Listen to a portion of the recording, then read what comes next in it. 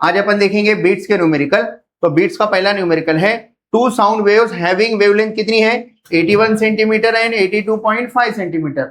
मतलब दो साउंड के वेव्स है, उनकी वेवलेंथ देकर है सेंटीमीटर में। वो दो साउंड वेव्स क्या कर रहे, प्रोड्यूस 8 बीट पर सेकंड। एक सेकंड में कितने बीट्स प्रोड्यूस कर रहे, 8 बीट्स। मतलब एक सेकंड में आपको 8 बार वैक्सिंग और वैनिंग सुनाई दे रही। मतलब टॉन ऑफ वाली आवाज जो है ना, वो एक सेकंड में कितने बार सुनाई दे रही है, टॉन ऑफ ऐसा कितने बार सुनाई दे रही है, 8 बार।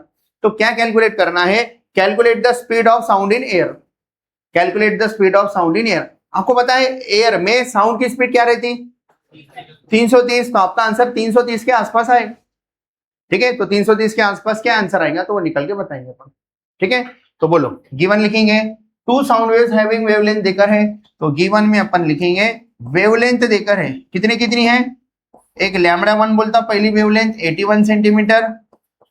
मतलब एक वेव की लेंथ, मतलब वेवलेंथ, एक वेव की लेंथ। ठीक है, हाँ। दूसरे वेव में एक वेव की लेंथ कितनी है, 82.5 सेंटीमीटर। ऐसा यूनिट में कन्वर्ट करना आता क्या आपको, बोलो। ऐसा यूनिट में क्या हो जाता है, सेंटीमीटर को मीटर में कन्वर्ट करना है तो क्या लिखो, 81 इंटू 10⁻⁻² मीटर।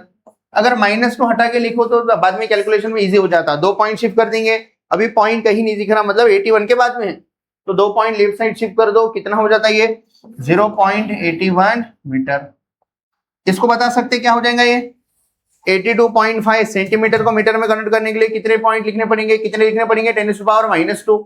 और -2 कैसा लिख रहा देखो मैं, 82.5 इंटू 10⁻⁻² मीटर।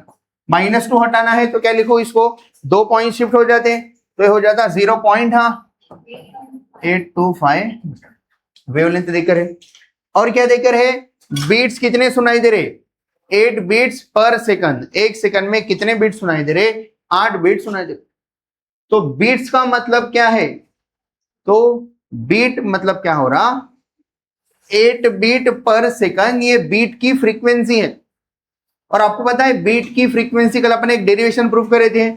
बीट की फ्रीक्वेंसी, ये कौन से दो फ्रीक्वेंसी का डिफरेंस होता है, जो दो वेव का यूज करके बीट बन रहे, बीट की फ्रीक्वेंसी वो दोनों वेव की फ्रीक्वेंसी का क्या होता है, डिफरेंस होता है, डिफरेंस। तो मैं बीट की फ्रीक्वेंसी को ऐसा लिखूंगा n1 minus n2 equals to, ये बीट की फ्रीक्वेंसी हो गई।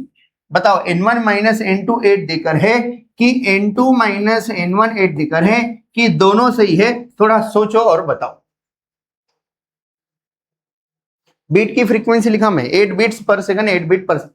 बीट की फ्रीक्वेंसी मतलब फ्रीक्वेंसी का डिफरेंस। बताओ पहला सही है, दूसरा सही है कि दोनों सही है, पहला सही है। क्यों पहला सही है, हाँ बोल, हाँ तुमने वेवलेंथ, हाँ कम ज्यादा है वेवलेंथ इसलिए। तो बताओ कौन सी वेवलेंथ ज्यादा है, लैम्बडा 1 ज्यादा है कि लैम्बडा 2 ज्यादा है, लैम्बडा 2। तो देखो क्या बोला मैं, as lambda 2 is greater than lambda 1, lambda 2 lambda 1 से बड़ा है, इसलिए देयरफॉर लैम्बडा और n का रिलेशन क्या आता है, बोलो v equals to n lambda. n और लैम्बडा का रिलेशन निकालना है। मान लो v कांस्टेंट है, इफ अगर मान लो v कांस्टेंट है, v कांस्टेंट है तो हाँ n इधर ला लो। मतलब ऐसा बोल सकते n is inversely proportional to lambda, या फिर लैम्बडा इधर रखो n को इधर ला लो, ऐसा बोल सकते lambda is inversely proportional to, मतलब v कांस्टेंट है ना, ये दोनों रेसिप्रोकल होगा एक दूसरे के, मतलब ये इधर आ गया, दोनों में से एक इधर आ गया, मतलब इनवर्सली प्रोपोर्शनल रिलेशन बनता। इसका मतलब ये दोनों इनवर्सली प्रोपोर्शनल है। तो बताओ अगर लैम्बडा 2 बड़ा है तो क्या सही होगा, therefore n1 is greater then. कैसे क्या, इन दोनों के बीच में रिलेशन क्या है, इनवर्सली है, पता चल गया। तो अगर मैं इधर 2 और 1 नंबर दिया तो इधर उसका उल्टा नंबर दूंगा, क्या दूंगा 1 और 2। डायरेक्टली प्रोपोर्शनल रिलेशन रहता था तो सेम सेम नंबर देता, क्योंकि साइन वही है ना, ग्रेटर देन तो नंबर भी वही देता था। अगर डायरेक्टली प्रोपोर्शनल रिलेशन आता था तो इनवर्सली है, इसलिए क्या हो रहा, n1 is greater then n2। अब बोलो n1 माइनस n2 सही है कि n2 माइनस n1 सही है, कौन बड़ा है, n1 बड़ा है, इसलिए n1 माइनस n2 कितना देकर है 8 गिवन। समझ गया सबको, क्या निकाल के बताना है, calculate the speed of sound in air निकाल के बताना। तो अपन speed of sound in air कैसे निकालेंगे? तो अपने को याद है v equals to n lambda formula याद है, तो n इक्वल्स टू क्या हो जाता बता सकते हैं क्या? n equals to v by lambda. तो n1 के जगह पे क्या लिखेंगे अपन? n1 के जगह पे लिखेंगे v बाय लैम्बडा। लेकिन नंबर देना है, नंबर देना है, नंबर किसको नंबर दो किसको नहीं दो? दोनों को दो दोनों को नहीं दो। तो velocity of sound in air तो सेम ही रहेगी, लेकिन वेवलेंथ दोनों की अलग अलग है, इसलिए इसको नंबर जरा n1 तो ये λ1 माइनस n2 को फिर से n मतलब क्या होता? v बाय लैम्बडा, तो लिख दिया v बाय लैम्बडा, लेकिन 2 नंबर किसको दूंगा? λ2। दोनों केस में वेलोसिटी मतलब speed of sound in air same है दोनों केस में, तो उसको नंबर नहीं दिए, लैम्बडा को नंबर दिए। इक्वल्स टू कितना देकर है? 8 देकर। पुट करो वैल्यूज, कितना था बोलो? हाँ बोलो v कितना है निकालना है। हाँ v कॉमन निकला तो क्या बचता, कोई बता सकता है क्या? 1 by lambda 1 minus equals to λ1 λ2 पता है अपने को, क्या निकाल के बताना है? v निकाल के बताना। तो अब ये कैलकुलेशन कैसे कर रहा है देखो, मैं इधर बाजू में करता है, साइड इतना दिख रहा है ना सबको? ठीक है, देखो सब लोग बोलो, v निकाल के बताना है। 1 बाय λ1 कितना है? λ1 0.81, हाँ माइनस, हाँ λ2 कितना है? 1 अपॉन 0.825, हाँ इक्वल्स टू क्या है? 8 देकर। अब ये माइनस है इसलिए क्या करना पड़ेगा? Cross multiplication. बोलो बोला कितना होता? v इंटू, हाँ कितना हो जाता बोलो? 0.825, हाँ माइनस जल्दी बोलो 0.81 इंटू 1 0.81 अपॉन दोनों का प्रोडक्ट, बराबर मल्टीप्लीकेशन करना था, क्रॉस मल्टीप्लीकेशन, हाँ इक्वल्स टू 8। v निकालना याद रखो, बाद में सबको उधर फेंकने वाला हूं मैं एक स्टेप के बाद। बोलो 0.825 में से 0.81 गया, 0.825 में से माइनस, जब भी प्लस माइनस करते हैं पॉइंट के नीचे पॉइंट आने को ना, पॉइंट के नीचे पॉइंट आने को ना, कितना है? 0.81। अब 81 के बाद कुछ भी नहीं है, तो आपको जितने चाहे उतने जीरो लगाना है तो लगा सकते हैं, एक जीरो लगा देता खुद से। कितना बचता? 5 1 0 तो 0.015 बच रहा, सबको माइनस प्लस करना था। बोलो कितना हो जाता न्यूमरेटर में? 0.015 अपॉन, हाँ नीचे में क्या है पहले से? 0 पॉइंट कितना है नीचे में बोलो? 81, हाँ इंटू 0.825, इधर है 8 और उधर कौन है? v निकालना है ना, अब सबको उधर फेंक देता। अब बोलेंगे सर आप ये बचा क्यों रखे, इन दोनों का मल्टीप्लिकेशन क्यों नहीं कर रहे? अरे इन दोनों का नहीं कर रहे क्योंकि कैंसिल होता ना, ये 3 का भी डिवीजन जाता ना, कैलकुलेशन करे तो थोड़ा सा नंबर बड़े हो जाते, इसलिए मल्टीप्लिकेशन में रहने दे रहा। ठीक है, बोलो देयरफॉर v इक्वल्स टू कितना रहा? फाइनली v कितना आ रहा? 8 के, ये डिनोमिनेटर में उधर गया, न्यूमरेटर में बोलो हाँ 8 इंटू बोलो हाँ 0.81 इंटू 0.825 अपॉन बोलो अपॉन, हाँ v निकालना है, v ये न्यूमरेटर में गया और ये नीचे में आया कौन? 0.015। अब इन दोनों का कैलकुलेशन, दोनों में 3 का डिवीजन जाता, तो पहले दोनों के पॉइंट हटा लेता फिर कैलकुलेशन कर लेता। बताओ ये 0.81 है तो इधर अपने तरफ से 0 दे सकते क्या? अपन दे सकते, 0.81 के बाद जितने 0 देना है जैसे। बताओ इधर 3 पॉइंट शिफ्ट करता, एक ही टर्म है ऊपर नीचे, एक ही टर्म है, ठीक है, तो इधर 3 पॉइंट ऊपर, सबको दिख रहा नहीं क्या? मैं इसको उधर करता, अभी दिख रहा सबको? हाँ बोलो, ऊपर के 3 पॉइंट नीचे के 3 पॉइंट शिफ्ट करा तो क्या हो जाता बोलो? हाँ v इक्वल्स टू, हाँ v इक्वल्स टू 8 इंटू बोलो कितना हो जाता? 810, हाँ इंटू 0.825, हाँ अपॉन, हाँ 0.015 में से भी 3 पॉइंट शिफ्ट करे, ऊपर से 3 पॉइंट शिफ्ट करे तो नीचे से 3 पॉइंट शिफ्ट करे तो 15 आ गया। समझ गया सबको? अब लॉग टेबल से डायरेक्ट कर सकते हैं, मैं सोच रहा बिना लॉग के कैलकुलेशन करके बताओ 810 है 15 है, 3 का डिवीजन जाता क्या? कितना हो जाता? v equals to 8 into 0.825। बताओ, पर 3 का डिवीजन जा रहा, इधर कितना आ रहा? 5। 810 में 3 का डिवीजन जा रहा है कि 5 का जा रहा? सीधा 5 का जा रहा ना, 5 दिया 15, 810 में 5 का डिवीजन गया, कितना बचता? 5 एकम 5, कितना बचा? 3, 5 एकम 30, कितना बचा? 10, 5 दूने 10, तो कितना रहा? 162, बराबर 162। और जाता है 3 का डिवीजन, और जा रहा 3 का, मतलब 15 का डायरेक्ट जा रहा क्या फिर? ये 3 का डिवीजन जाता है क्या? 6 और 1 7 और 2 9, एडिशन 9 है तो 3 से डिवीजन हो जाता। कितना हो जाता बोलो? 3 × 162, 3 5 जा 15, 3 4 जा 12, सीधा कितना रहा? 54, मतलब सीधा 15 से ही डिवीजन जा रहा, बराबर, सीधा 15 से ही डिवीजन जा रहा है। तो कितना रहा इसका आंसर? 54। बस हम बिना लॉग के, अब ये बेसिक बेसिक कैलकुलेशन है। 54 को 8 से मल्टीप्लाई करेंगे, फिर 0.825 से मल्टीप्लाई करेंगे, कितना होता बोलो?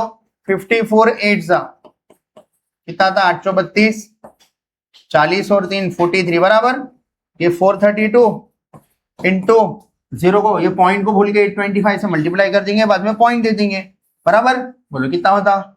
10, हाँ 15 और 1 16, हाँ 20 और 1 21। नेक्स्ट 2 2 जा 4, 2 3 जा 2 4 जा 8। नेक्स्ट हाँ 8 2 जा 16, हाँ 8 3 जा 24 प्लस 1 25, हाँ 32 और 2 34, बराबर है।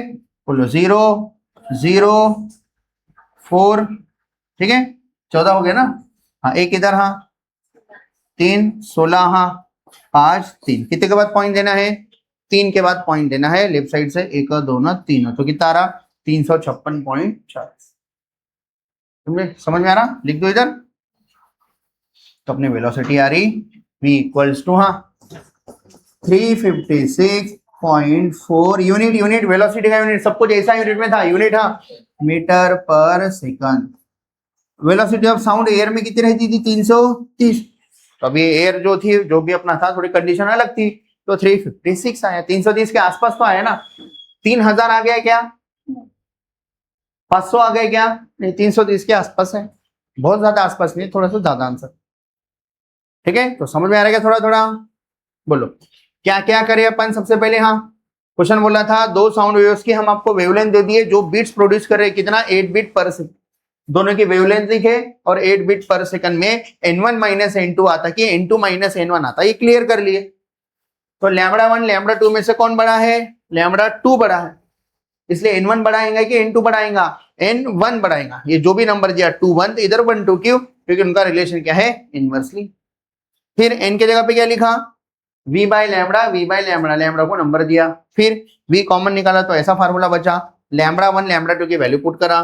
टाइम कहाँ गया? थोड़ा सा, एक कैलकुलेशन में थोड़ा सा टाइम गया, 5 मिनट 2 मिनट, मैं समझाना करके टाइम गया। आप खुद से करो तो इतना टाइम थोड़ी जाता, जल्दी ले करते अपन स्पीड में। बोलो क्रॉस मल्टीप्लाई करे, दोनों का डिफरेंस निकाले, फिर उसके बाद में, ठीक है, हाँ v निकालना था, इसको उधर ले गए, इसको इधर लेकर आए, फिर ये 0.81 को 0 लगाए, यहाँ से 3 पॉइंट हटा दिए, 15 एकम 15, 54 जा गया, सबका मल्टीप्लाई करें, आंसर आ गया। यूनिट मीटर पर सेकंड, तो लिख देंगे therefore speed of sound in air is कितनी आ रही? 356.4 मीटर पर सेकंड। आ रहा है क्या सबको समझ में? जाएंगे ऐसे न्यूमेरिकल पे। हाँ देखते नेक्स्ट न्यूमेरिकल, पढ़ो क्या बोला? न्यूमेरिकल नंबर 2, 2 ट्यूनिंग फॉर्क्स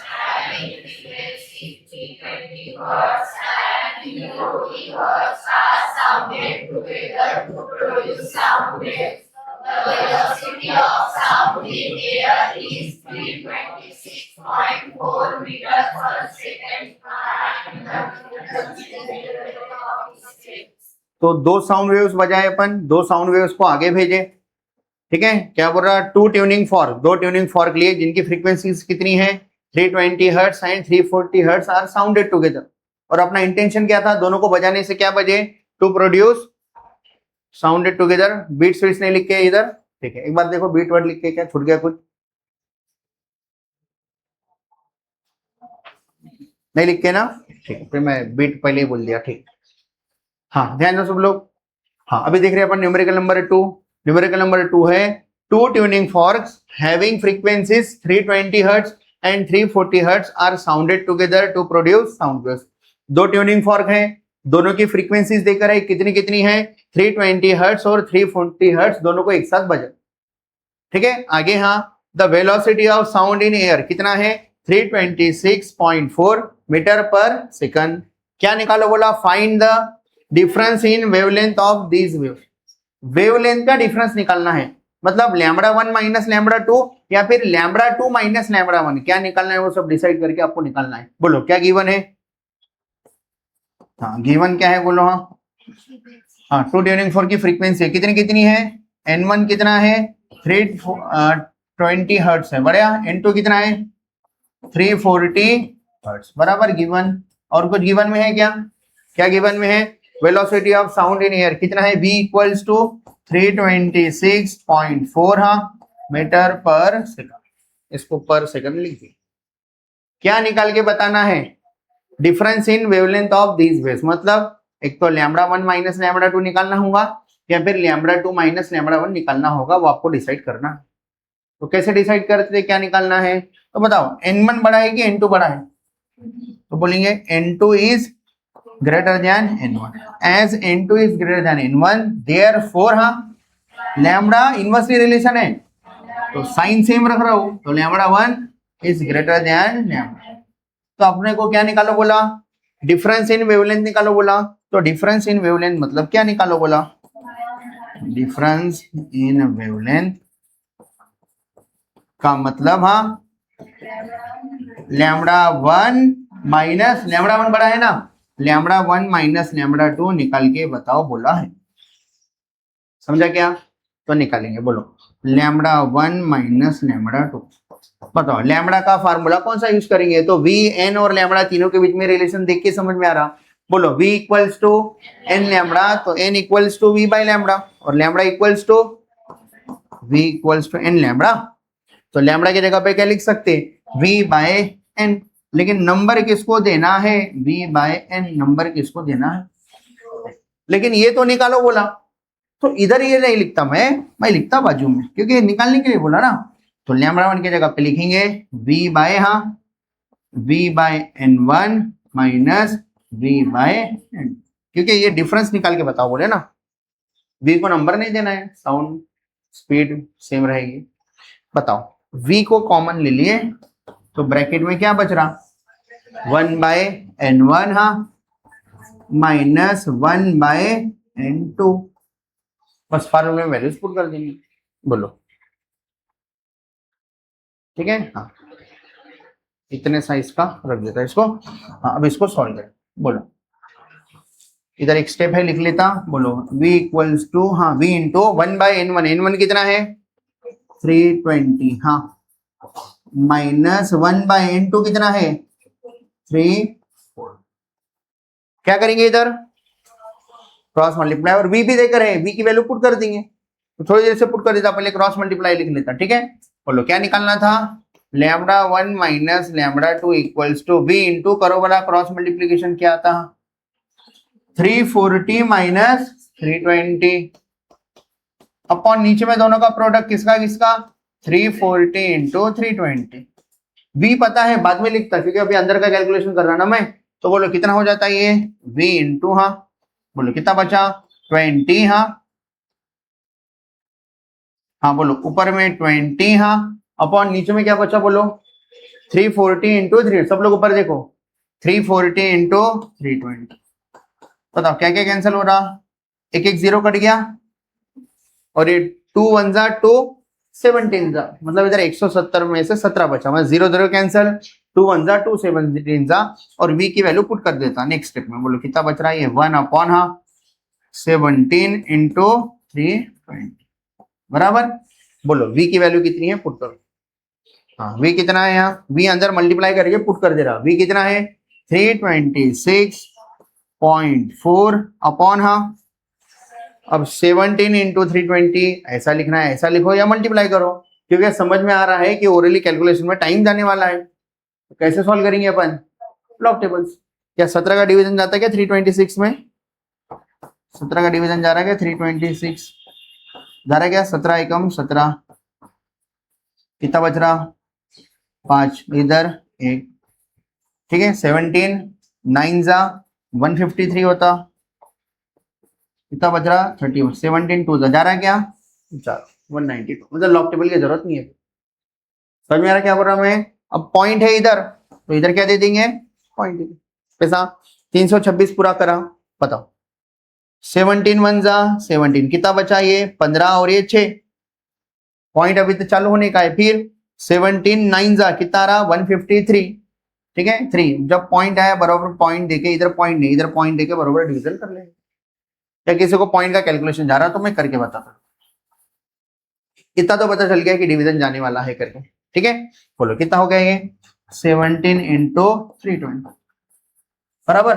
अब किसी को पॉइंट के कैलकुलेशन में अगर तकलीफ जा रही तो सीधा पॉइंट शिफ्ट करके इसको लिख दो, ऐसा क्या लिख दो, हाँ 3264 इंटू 10⁻, कहाँ शिफ्ट करे पॉइंट, राइट साइड शिफ्ट करे तो 10⁻⁻1 हो जाता, अपॉन हाँ बोलो 17 इंटू 320।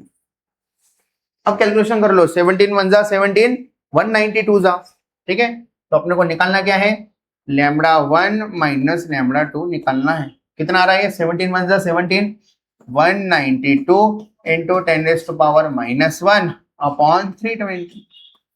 10⁻⁻1 को कौन कैंसिल करता है, 10⁻+1, मतलब एक पॉइंट उधर शिफ्ट हो गया फिर। तो कितना हो रहा फिर से यहाँ, या पहले इनका कैलकुलेशन कर लो बाद में कर ले। तो बताओ 192 और 320 है, तो 320 को 32 इंटू 10⁻1 लिख सकते क्या। आप सबसे बेस्ट है यहीं पे लॉक टेबल यूज करके कर लो, मैं ऐसे करके बता रहा आपको, ये सब हो रहा कर, तो नहीं हो रहा तो सीधा लॉक टेबल से कर लेने का, ठीक है। लॉक टेबल समझ में आता ना सबको, नहीं तो यूट्यूब पे अवेलेबल है लॉक टेबल। बोलो 32 1 जा 32, बताओ 32 6 जा कितना आता 12 1 18 और 1 19, कितना जा रहा 6 जा 32 6 जा 192, तो ये कितना आ रहा 6 बराबर 32 1 जा 32 6 जा, और इंटू 10⁻, ये +1 ऊपर गया तो -1 -1 -2, तो -2 को हटाना है तो 6 के बाद इधर बहुत सारे जीरो लिख सकते, पॉइंट के इधर बहुत सारे जीरो लिख सकते, मतलब ये 6 है, 6 को ऐसा लिख सकते अपन, 6 पॉइंट के बाद बहुत सारे जीरो, पहले भी जीरो। अब आपको क्या करना है, 2 पॉइंट शिफ्ट करने, 10⁻⁻2 है, इसको कैंसिल करने के लिए 10⁻+2 लिखना पड़ेगा। प्लस कब होता, लेफ्ट साइड गया तो मतलब 2 पॉइंट लेफ्ट साइड शिफ्ट कर दो, बोलो हाँ 1 2, तो कितना आ रहा 0.06, अपना आंसर आ रहा 0.06 यूनिट, हाँ λ1 माइनस λ2 वेवलेंथ का डिफरेंस आ रहा है 0.06। फिर से कैलकुलेशन में थोड़ा टाइम चलेगा, वही लॉक टेबल से कर लेते तो कितना जल्दी होता था। कैसे करते थे लॉक टेबल से, पहले किसका लॉग निकालते थे 326.4, पहले क्या निकालते थे कैरेक्टरिस्टिक, कितना रहा इसका कैरेक्टरिस्टिक्स, पॉइंट के लेफ्ट साइड में 3 डिजिट है तो 2 पॉइंट, अब किसका किस में देखेंगे 32 का 6 और 4 में देखेंगे, जो भी आंसर आया लिख दिए। फिर नीचे के दोनों लॉग, ये ऊपर वाला माइनस लॉग, नीचे वाले को माइनस लगा के लिखते, तो इसका लॉग माइनस में कैसे करेंगे, 17 का कैरेक्टरिस्टिक्स 1 पॉइंट किसका किस में देखेंगे 17 का 0 में देखेंगे, हो गया, इसका माइनस करेंगे, जो भी आंसर आ रहा वो लिख देंगे। फिर ये वाला लॉग का आंसर क्या करेंगे माइनस 320 का लॉग कैसे निकालते, पॉइंट कहीं नहीं, मतलब आखिरी में पॉइंट के साइड में 3 डिजिट है तो कितना आता 2.32 का 0 में देख लेंगे, माइनस करेंगे, जो भी आंसर आ रहा उसका क्या निकालेंगे एंटी लॉग किसका देखते हैं, पॉइंट के बाद वाले डिजिट का देखते, समझ में आ रहा है सबको। तो अगर किसी को लॉग एंटी लॉग नहीं समझ में आता है सब, तो यूट्यूब पे मैं वीडियो बना के रखा ऑलरेडी लॉग टेबल के साथ, तो आप प्लेलिस्ट में लॉग टेबल जाके वो सब चीजें क्लियर कर सकते। हाँ बोलो ये क्वेश्चन समझ में आया क्या, देखो कंसेप्ट समझाना हो टीचर का काम है, बाद में कैलकुलेशन तो आपको खुद से ही सीखना पड़ता है, वो सब कैलकुलेशन कर करके सीखना। तो ये कंसेप्ट समझ में आएंगे, क्या बोला था, क्या निकालो बोला था, find the difference in wavelength, wavelength का डिफरेंस मतलब λ1 माइनस λ2 होता कि λ2 माइनस λ1 होता, तो उसके लिए n2 बड़ा था इनका, इसलिए λ1 बड़ा रहेगा अपना, इसलिए λ1 माइनस λ2 निकालो बोला। इधर ही नीचे पुट नहीं किया, राइट साइड में पुट करा, क्योंकि ये निकालना है ना, इधर पुट करा तो इक्वल टू देते समय आपको कंफ्यूजन हो सकता, या स्टार्टिंग में इक्वल टू देना पड़ता, सिंपली इधर इक्वल टू देके सॉल्व करो। लैम्बडा की जगह पे v बाय n, लैम्बडा की जगह पे v बाय n, n को नंबर दिए, क्या कॉमन निकला v कॉमन निकला, n1 n2 की वैल्यू पुट करे, फिर क्या करे उसके बाद में, हाँ इतना हो गया था, उसके बाद में इधर क्या करे क्रॉस मल्टीप्लाई करें, छोटा मोटा कैलकुलेशन करते गए, कटते गए, कहाँ का काटे 20 और 370 1/17, फिर उसके बाद में क्या करे v की वैल्यू पुट कर दिए, फिर 17 और 326.4 का डिवीजन गया 192 आया, 17 और 3264 का आंसर 192 आया, 320 को क्या लिखा 32 इंटू 10 लिख दिया, फिर 32 और 192 का डिवीजन 6 आया, 10⁻⁻2 आया, 2 पॉइंट शिफ्ट कर दिए 0.06 यूनिट क्या आएगा वेवलेंथ का मीटर। समझ में आ रहा? तो ऐसे वाले क्वेश्चन अब आपके सामने आया तो आप उसको ट्राई कर सकते हैं। हाँ, एक अच्छा सा क्वेश्चन अपने सामने है, न्यूमेरिकल नंबर 3 पढ़ो। क्या बोला numerical number 3? A set of 8 tuning fork is arrange in a series of increasing order of their frequency. मतलब कितना? 8 सेट का ट्यूनिंग फॉर्क। तो ट्यूनिंग फॉर्क ना हो के मान लो छोटे बच्चों का झुंझुना है, झुंझुना समझता क्या? छोटे बच्चे रोए तो देखो पेरेंट झुंझुने से सब बजा के उनको चुप कराते, तो ऐसे झुंझुना है। मान लो कितने झुंझुने हैं? 8 झुंझुने हैं। तो देखो 8 झुंझुने बना रहा है इधर में, हंसो मत झुंझुना बोले तो ट्यूनिंग फॉर्क है। फिर पहला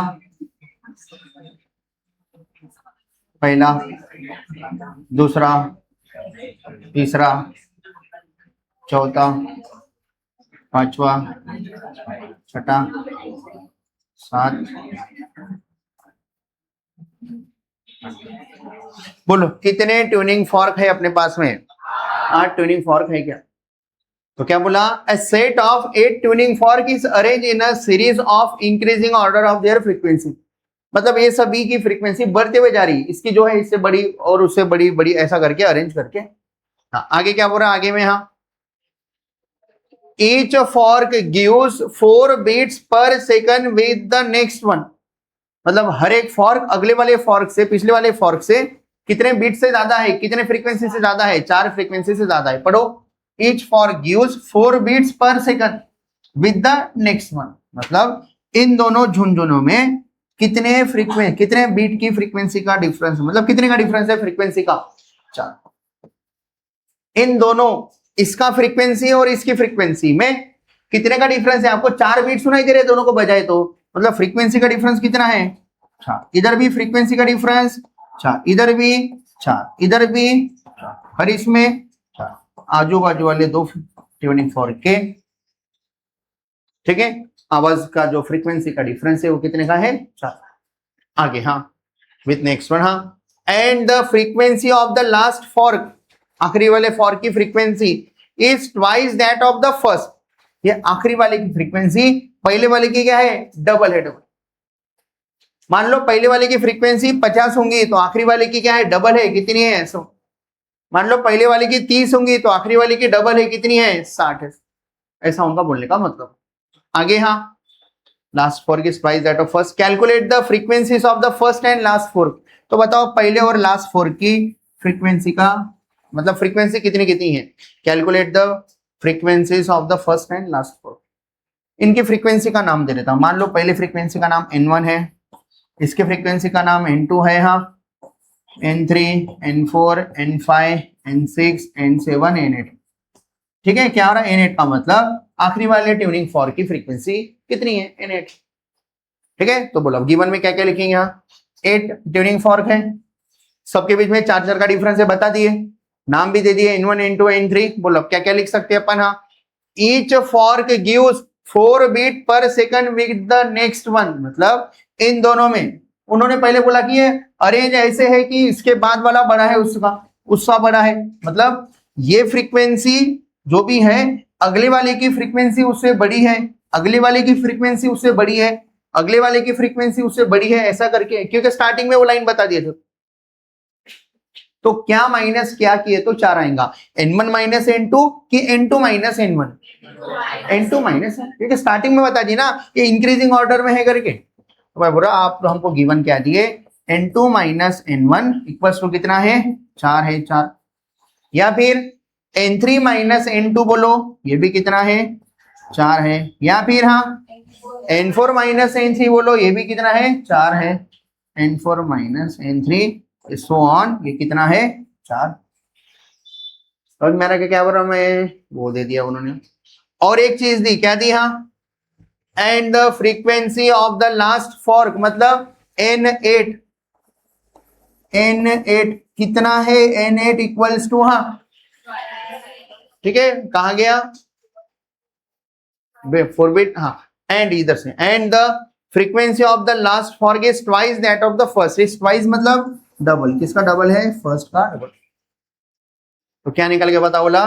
calculate the frequency of first and last fork, मतलब N1 और N8 निकाल के बताना है। तो अपन सिंपल सा अपना लीनियर इक्वेशन इन 2 वेरिएबल जैसा सॉल्व करेंगे। बताओ, N8 और N1 अननोन है, ये पता है, आप खुद से N8 और N1 का डिफरेंस अगर बता पाए तो N8 और N1 वाले दो इक्वेशन हो जाते हैं। फिर linear equation in two variable में सब्स्टिट्यूशन मेथड जैसा सॉल्व करो या एलिमिनेशन मेथड जैसा सॉल्व करो, समझ में आता। ये मान लो एक सही है y है, ये एक सही है y है, सिंपल होता। तो कोई मेरे को बच्चा बता सकता है क्या N8 माइनस N1 कितना आएगा? देखो N2 माइनस N1 कितना आया? 4। बताओ N3 माइनस N1 का डिफरेंस कितने का आएगा? ये 4 कितना हो रहा? 8। इन दोनों का डिफरेंस कितने का है? 8। बताओ ये 4 ये 4 ये 4, तो इसका डिफरेंस कितने का है?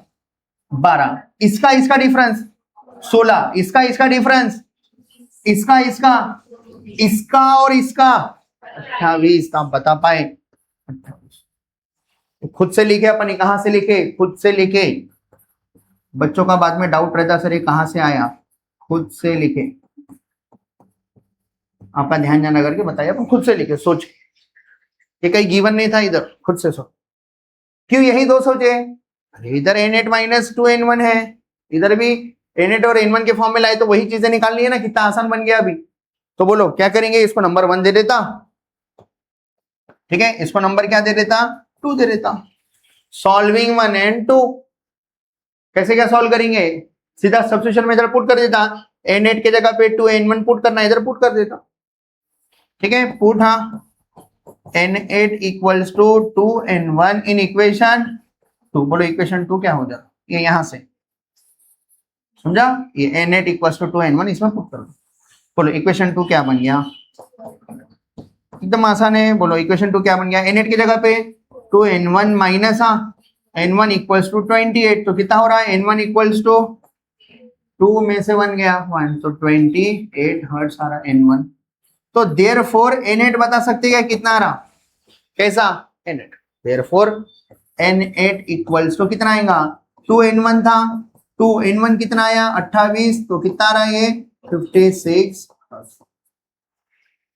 ठीक है। तो बोलो क्या क्या हुआ? देयरफॉर N1 आया हमारा 28 और N8 आया कितना? 56 हर्ट्ज। यही निकालने के लिए बोला था क्या? यही निकालने के लिए बोला था क्या? N1 कितना आया? 28 हर्ट्ज और N8 कितना आया? 56। वेरीफाई करेंगे बोला सब सही है क्या? बोलो पहला कितना है? बोले 28। आखिरी वाले की फ्रीक्वेंसी कितनी है? 56। देखो बोला जमता क्या? 28 के बाद अगला 4 से बढ़ा दो 32, 4 से बढ़ा दो 36, हाँ 40, 44, 44, 48, 52, 56 है क्या? डबल वाली भी कंडीशन हो गई क्या? ये 28 है तो आखिरी वाला क्या है? 56। आखिरी वाला इसका क्या है? डबल है, डबल। और हर एक के बीच में कितने का डिफरेंस है? 4 4 का। तो ये कंडीशन सेटिस्फाई होने के लिए कहां से स्टार्ट होना पड़ेगा? 4 से स्टार्ट होना पड़ेगा। कैसे? 28 से स्टार्ट होना पड़ेगा। और आप पांचवी की बता सकते हैं, N5 बता सकते हैं। पूरा पता चल गया ना? ये 28 है तो N5 बता। बोला कितना आएगा? ये 28 है, ये 32, 32 हाँ 36 हाँ 40, ये कितना आ रहा? 44 आ। समझ में आ रहा है? ये तो एपी में आ गए पूरे 4 4 का डिफरेंस। अब तो आप कोई भी एन टर्म पूछो मेरे को, आप बोलेंगे बताओ 57वें नंबर की फ्रीक्वेंसी क्या आएंगी? N20 N57। मैं बोलेगा मेरे को तो एपी पढ़ के हूं मैं 10वीं में। क्या था फार्मूला एपी का? A plus N minus 1D। 57 है तो 56D आता। ये स्टार्टिंग कहां से हुई? 28 प्लस 56। कॉमन डिफरेंस कितने का आ रहा? हो गया, कैलकुलेशन करके आंसर मिल जाता। समझ में आ रहा क्या? कितने झुनझुने थे? 8 झुनझुने। हर एक के बीच में कितने का डिफरेंस था? 4। और N8 2N1 था, ये पता था। खुद से क्या लिखे? N8 माइनस N1 क्या लिखे? 20। फिर दोनों को सिंपली एलिमिनेशन मेथड या सब्स्टिट्यूशन मेथड से सॉल्व कर ली, आंसर आ गया। क्या करे? कैसे क्या सॉल्व करे? ये N8 इक्वल टू 2N1 इधर पुट कर दिए तो N1 का आंसर आ गया। फिर N8 कैसे निकाले? N1 की जगह पे इधर क्या लिखे? 28 लिखे। 28 कितना रहा? पहला और लास्ट में। क्या आप कुछ भी पूछते थे वो अपन निकाल सकते थे। है क्या अच्छा सा सिंपल सा क्वेश्चन? है अच्छा क्वेश्चन, देख लीजिए, ठीक है।